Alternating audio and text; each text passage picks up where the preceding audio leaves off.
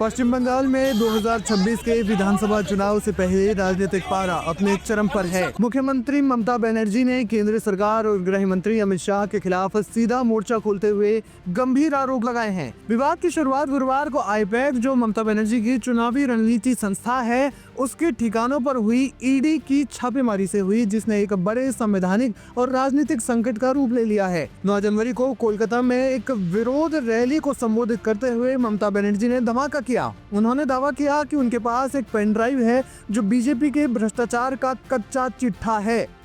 ममता ने कहा, कोयला घोटाले का पैसा दिल्ली में बीजेपी के बड़े नेताओं और अमित शाह तक पहुंचता है। शुभेंदु अधिकारी इस लेन देन की कड़ी हैं। मैं आमतौर पर चुप रहती हूं, लेकिन अगर मुझे छेड़ा गया तो मैं किसी को नहीं छोड़ूंगी और जरूरत पड़ने पर पेन ड्राइव के सबूत जनता के सामने पेश कर दूंगी।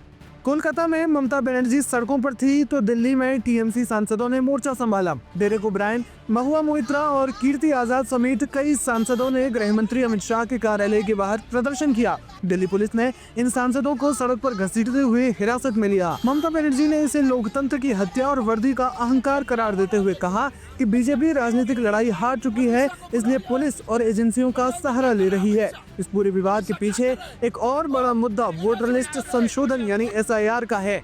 ममता बनर्जी का आरोप है कि चुनाव आयोग ने बीजेपी के दबाव में बंगाल में करीब 58 लाख मतदाताओं के नाम काट दिए हैं। उन्होंने आरोप लगाया कि विशेष रूप से अल्पसंख्यकों और दलितों को निशाना बनाया जा रहा है ताकि 2026 के चुनाव को प्रभावित किया जा सके।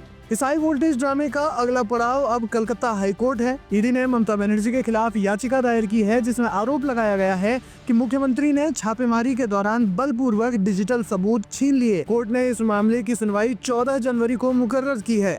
जानकारी के लिए बता दें कि ये पूरा मामला गुरुवार 8 जनवरी से शुरू हुआ, जब प्रवर्तन निदेशालय ने कोयला घोटाले की जांच के सिलसिले में सॉल्ट लेक स्थित आईपैक दफ्तर और इसके प्रमुख प्रतीक जैन के आवास पर छापा मारा। खबर मिलते ही मुख्यमंत्री ममता बनर्जी खुद मौके पर पहुंच गई। उन्होंने आरोप लगाया कि ईडी जांच के नाम पर उनकी पार्टी की चुनावी रणनीति और उम्मीदवारों की सूची और संवेदनशील डेटा चुराने आई है। मुख्यमंत्री वहां से कुछ फाइलें और हार्ड डिस्क अपने साथ ले गई, जिसे ईडी ने सबूतों की लूट और जांच में बाधा बताया। फिलहाल जोरदार सर्दी के बीच बंगाल में माहौल गर्म है। देखना ये होगा कि मामले में आगे क्या कुछ होता है।